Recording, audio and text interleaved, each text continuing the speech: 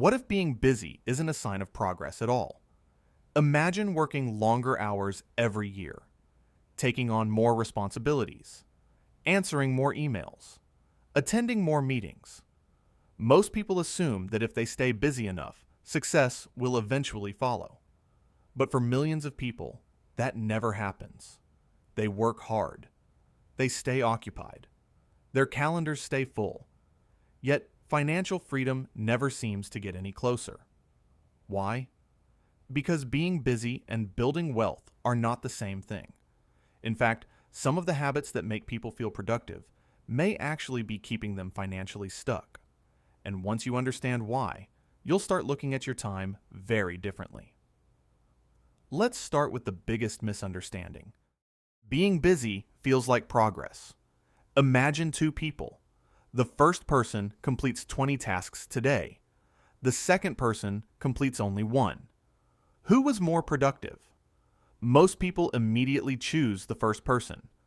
But what if those 20 tasks barely changed anything important? What if the second person spent the entire day learning a valuable skill, building a side business, or creating something that could generate income for years? Suddenly the answer becomes less obvious. The problem is that our brains love activity. Checking items off a list feels rewarding. Responding to messages feels productive. Staying occupied feels productive. But activity and progress are not the same thing. Many people spend years moving without actually moving forward. And that leads directly to another problem. Most people confuse motion with results. Think about how often people say they're busy. Busy with work, busy with family, busy with errands, busy with life. But being busy doesn't automatically create value. Imagine someone spending 3 hours organizing files, attending unnecessary meetings, and responding to low-priority emails. Another person spends those same 3 hours learning a high-income skill, improving their professional network, or building an asset. Both people were busy. Only one invested in their future.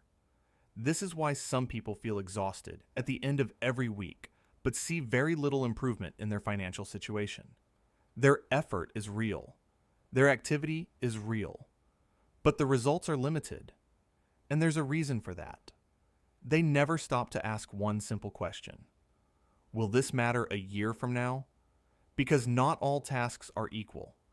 Some tasks maintain life. Others improve life. Wealth is usually built through the second category, which brings us to one of the most important ideas in this entire video: the hidden cost of every hour. Imagine two coworkers who start their careers on the same day. They earn similar salaries, they work similar hours, and they both consider themselves hardworking people. 10 years later, their lives look completely different. The first person spent most evenings recovering from work, watching videos, scrolling social media, consuming content. The second person also relaxed, but they consistently spent a small amount of time learning, reading, developing skills, and expanding their knowledge. The difference wasn't dramatic. In fact, for years, it was almost invisible. But eventually, one person became more valuable. Better opportunities appeared. Higher income appeared. Greater freedom appeared. The gap wasn't created overnight. It was created through hundreds of small choices. And that's the part most people miss. Every hour has a hidden cost. Economists call this opportunity cost. Every time you choose one activity, you're giving up another. An hour spent scrolling is an hour not spent learning. An hour spent complaining is an hour not spent improving. An hour spent consuming is an hour not spent creating. The problem is that opportunity costs are invisible. You notice the time you spent. You rarely notice the opportunities you lost. And over time, those invisible costs become enormous, which explains why attention matters so much. Most people think wealth is primarily about money, but wealth often begins with attention. Your attention determines what you learn. What you learn influences your decisions. Your decisions shape your future. Yet attention is constantly under attack.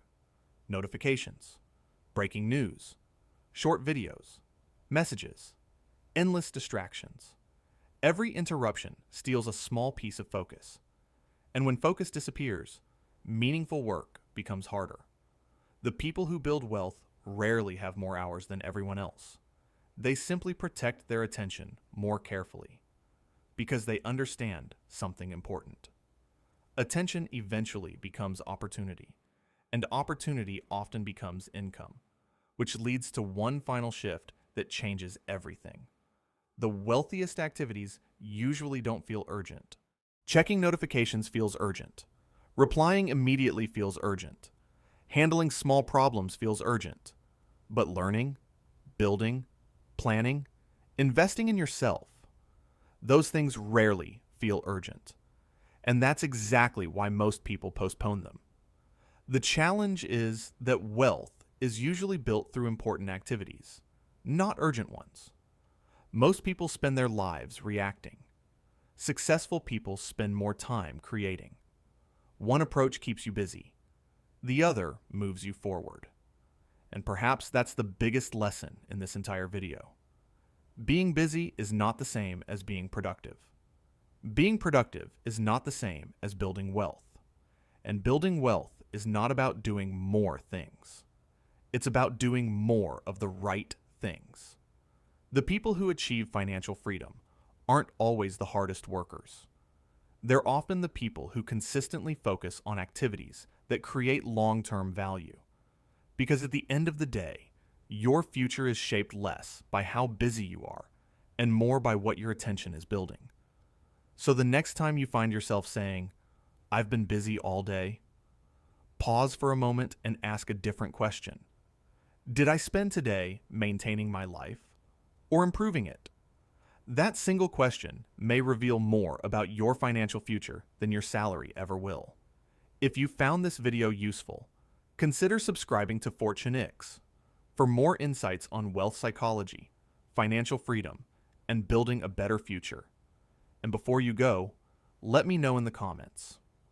What's one activity that consumes a lot of your time but adds very little value to your life? I'd love to hear your thoughts. See you in the next video.